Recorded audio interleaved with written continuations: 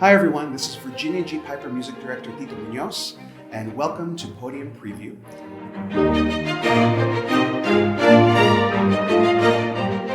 This exclusive video series is only available to you, our Classics Series subscribers. Today I'll be discussing our 9th Classics performance of the 23-24 season, Mozart and Shostakovich, The Power of 10. This week we are welcoming a few special guests to join us for this program.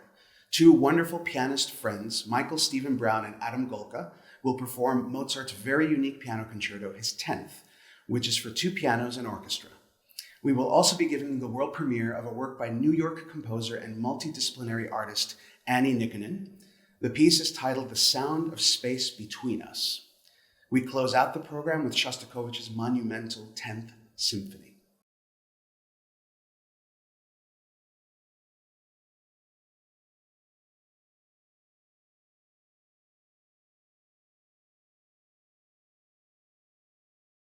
Annie Nikunen is a really fascinating artist. She has this very special blend of music, dance, and interdisciplinary exploration. She's both a flutist and dancer choreographer, and her background in ballet and her deep engagement with the interplay between sound and movement is what informs her compositions.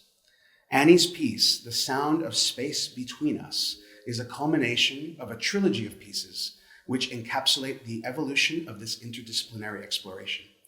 The progression of the trilogy reflects a journey of a person navigating the full scope of their life, intertwining memories, emotions, and physical sensations. Annie's orchestration transforms the ensemble into a dynamic body. She choreographs the orchestra, infusing the music with gestures, emotions, and psychological movement. Through her composition, Annie invites us to explore the interconnectedness of sound and gesture, ideally expanding the boundaries of perception and sensation. It's an opportunity for us to immerse ourselves in a sonic landscape where the music and movement converge.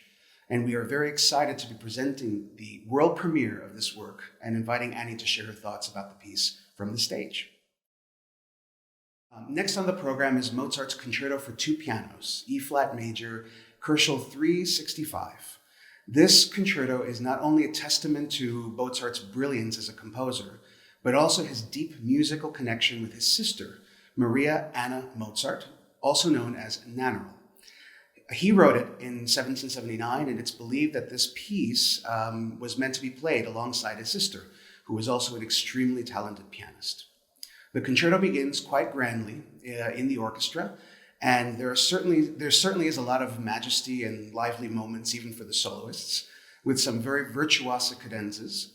But the piece ultimately exudes a sense of lightheartedness and camaraderie between the pianists. And it certainly helps that our 2 soloists, Adam and Michael, are both really wonderful friends. And I believe this is the first time that they're playing a double concerto together. So I'm very happy that we could make that happen for all of you. Finally, we delve into the profound depths of Shostakovich's 10th Symphony, a work of staggering emotional intensity and dramatic power. This symphony is also a rather enigmatic piece that has sparked a lot of debate and interpretation over the years, particularly regarding its connection to Stalin and the Soviet regime.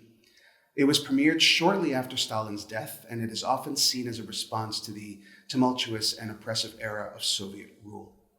The exact composition date is debated. Shostakovich claimed 1953, but evidence suggests that he began the work much earlier, as early as 1946.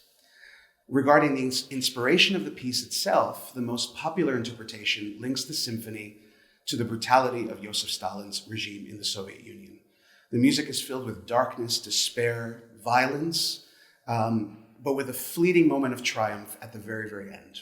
And this aligns with Stalin's death in 1953. However, Shostakovich himself never explicitly confirmed this intention. Shostakovich also utilized 2 specific musical gestures in this piece, at least that we know of. One is his own autograph in the form of 4 notes. The notes are D, E-flat, C, and B.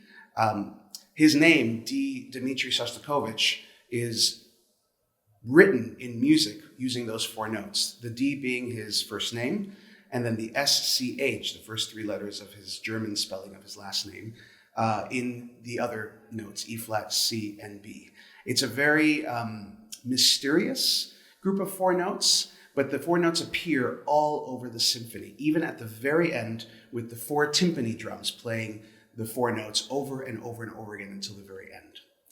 The other motive, the other signature, is for a woman named Elmira Natsirova, who was a young student of his, and he fell in love with her. And so he included her signature in the 3rd movement of this piece with 5 notes, E, A, E, D, A. It sounds like bom, bee, bom, bom, bee. And the horns play that 12 times throughout the entire 3rd movement. A little bit of an obsession, I think, that Shostakovich might have had with Elmira. The premiere of this piece was met with some success, many prominent musicians favoring the piece, but the symphony did still face scrutiny from the Soviet authorities, who questioned its realism and its suitability for a society striving for optimism. Shostakovich, adept at navigating the complexities of Soviet censorship, diplomatically acknowledged potential shortcomings in the piece, but stopped short of agreeing to rewrite it. In the end, the Soviet Composers Union settled on describing the symphony as an optimistic tragedy, a curious compromise that reflects the conflicting interpretations and the political climate of the time. Shostakovich's 10th Symphony remains a testament to his ability to navigate personal expression with the constraints of a repressive regime, which leaves its meaning very much open to a lot of interpretation. Thank you all for joining me again for this Podium preview, and I look forward to seeing you at our concerts.